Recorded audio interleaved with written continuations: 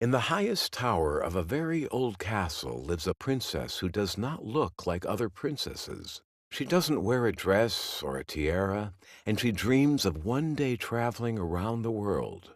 But her father, a very strict king, forbids her from going out of the castle. Every day the princess becomes a little more bored. She would so much love to climb trees, bathe in the river, cycle around the countryside, and ride a scooter on the paths as the other children do. One morning, when she opens her window, the princess sees that the trees have got their leaves back and that the sun has returned. The birds are singing and a very soft wind blows against her arm. It's spring. The princess goes down the stairs and runs to see her father. "Daddy, it's so sunny today. Can I go and play in the forest with the other kids?" "No," her father replies. "The leaves might be growing, the birds might be singing, and the sun might be shining, but a princess must remain in her tower."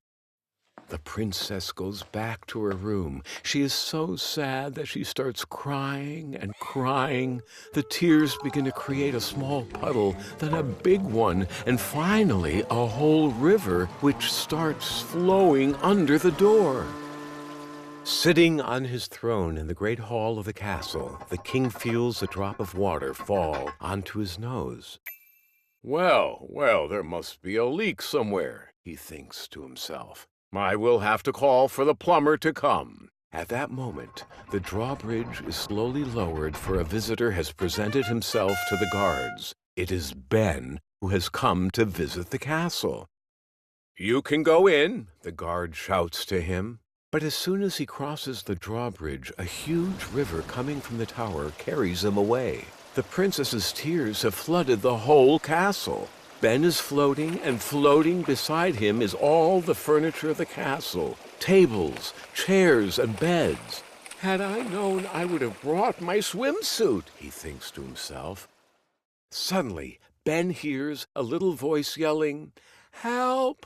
I cannot swim!" It is the princess. She tries to grab the railing of the stairs, but a big wave of tears carries her away. Quickly, Ben swims to her and helps her climb onto a large wooden board floating a little further down. "It's the door to my room," the princess says.